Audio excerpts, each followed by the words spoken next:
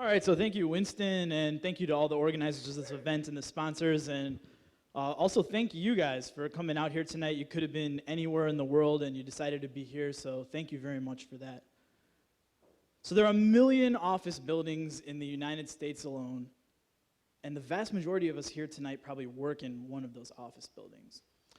And each of those office buildings is its own community already, made up of property managers, tenants, those tenant points of contact, the maintenance staff, the lobby, the building owner, the asset manager. All these people go into creating a community that already exists in an office building. But today, those communities are disconnected from one another, and that leads to several problems. So first and foremost, it means that tenants are disengaged. Property managers put on great events and no one shows up. They have no idea how to spread the information that's pertinent. The building's going to open a couple hours later because of inclement weather, and nobody knows because their property manager sent out a message to somebody who didn't then pass on that message to them. And finally, buildings are making a lot of decisions for you on behalf of all of us here without any kind of data about who their tenants are and what they like to do and what kinds of jobs they have. So there's a lot of decisions being made in an office building without any kind of data. And Skyrise is a communications and concierge platform for commercial office buildings. So we kind of split the application into two parts. There's a communications piece and a concierge piece. And I'll take you through that and show you exactly what that means. So first and foremost, we put in everybody's pocket for their iOS, Android, or on the web if you want to, a direct connection with their front desk, so direct connection with property management. So if a light bulb gets burned out, you just pull out your phone and tell your property manager so it gets fixed right away. Property managers love it because if they don't know about something, then they can't fix it. Second of all, property manager can send out a broadcast notification that goes to everybody's pocket instead of just the tenant point of contact like your office manager. So it goes right to you. Building's opening a couple hours later. Food truck today got canceled, whatever it might be. They send it out. It goes to all the tenants in the building immediately.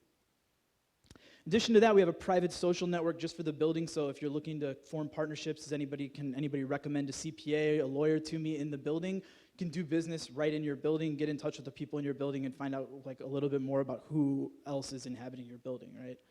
On the concierge end, real thing, the waffles that Oren made were delicious, a real event from a real building, right? A feed of events, so all the different events that are going on in your building are all in one place instead of in a poster stuck on the elevator wall. And a list of all the amenities. So a lot of times what happens is the CEO goes on the tour of the building, finds out what all these great amenities are, but then as you join a building a couple years later, you have no idea there's a car wash in your building or something available to you that those buildings are spending a lot of time putting together. And we actually put together our own Skyrise amenities. I don't think I have enough time to take you through all of them, but really briefly, Foodsby menu runners do on-demand food delivery. Blown Away does on-demand hair and makeup. Drizzly does on-demand alcohol delivery. Somebody want to cheer for that? No?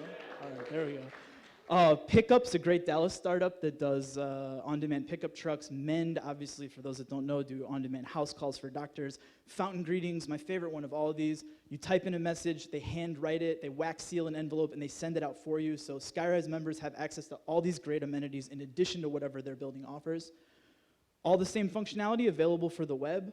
We offer analytics right back to the building ownership. I'm proud to announce today that we're launching this for residential as well. So one of my two announcements today is that we're launching this for residential. And before anybody asks, we're in 300,000 square feet. And just before this event today, we closed another 1.7 million square feet. So we'll be rolling out to 5 buildings in the KBS portfolio here in Dallas, and we're really thrilled. It's big win for us today. So that's Skyrise in a nutshell. I'm sure you guys will have some questions, and I'm happy to field your toughest questions or your easiest ones, because I guess when we finish this up, hey Andrew, it's Fiona. I knew you would ask a question. No, you've been really active tonight. You're a Fiona Skyrise user, yes. Ladies and gentlemen. No, I want to say much. Huge props. I think it has great promise. Thank you. It's a cool app, and everybody should get it in their building. Yeah, absolutely. Thank you very much. Thank you very much. One of the Skyrise users in the house tonight. So yeah. Don't pitch me a softball. Like let's ask like really tough questions. I know that was like a quick breeze through. I know you guys are like antsy to. Oh, this is going to be an easy question. I'm sorry.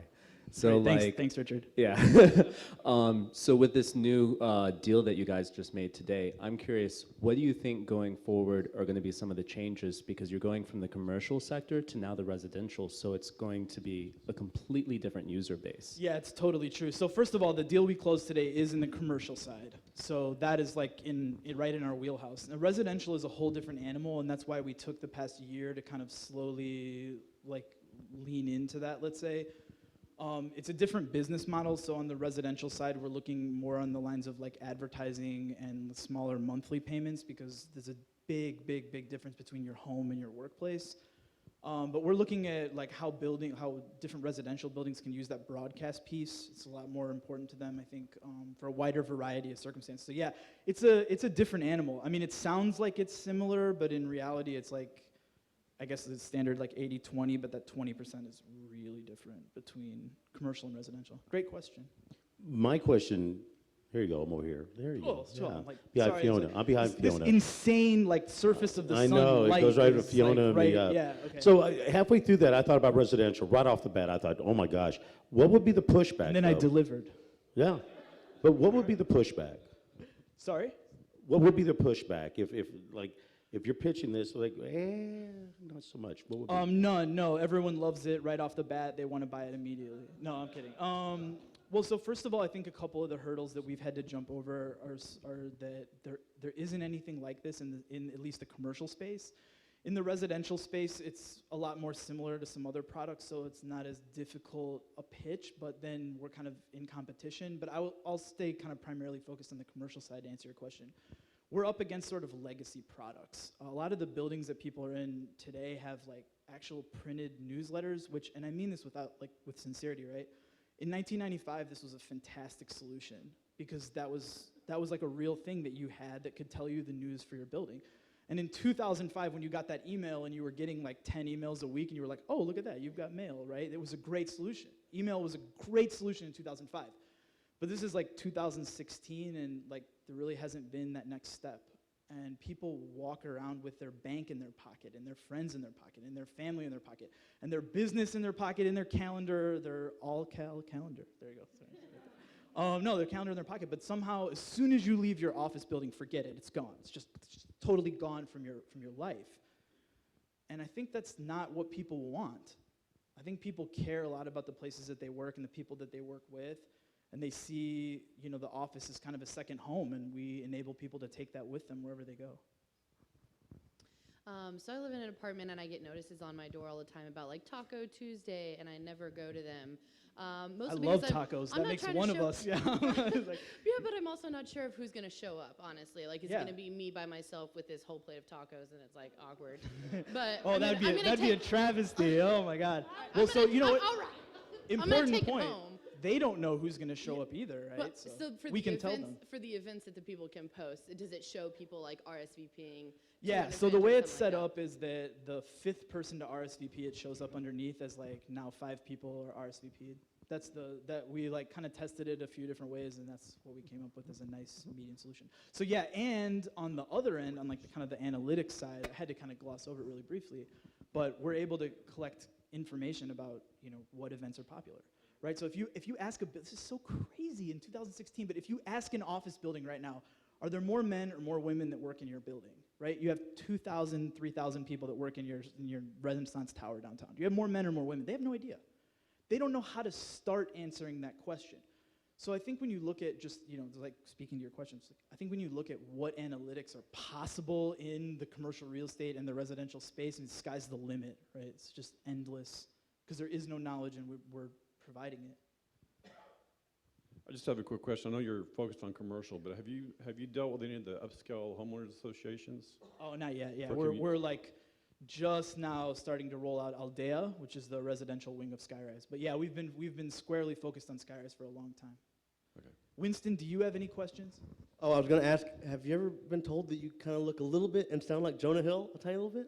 Do I look like who? Jonah Hill. Has anyone ever told you that? Jonah Hill, yeah. Look and sound a little bit? Actually, come here. So I think if you had a beard, that we could probably pass as brothers. You don't see it? You guys don't see it? It could happen. Compliment him.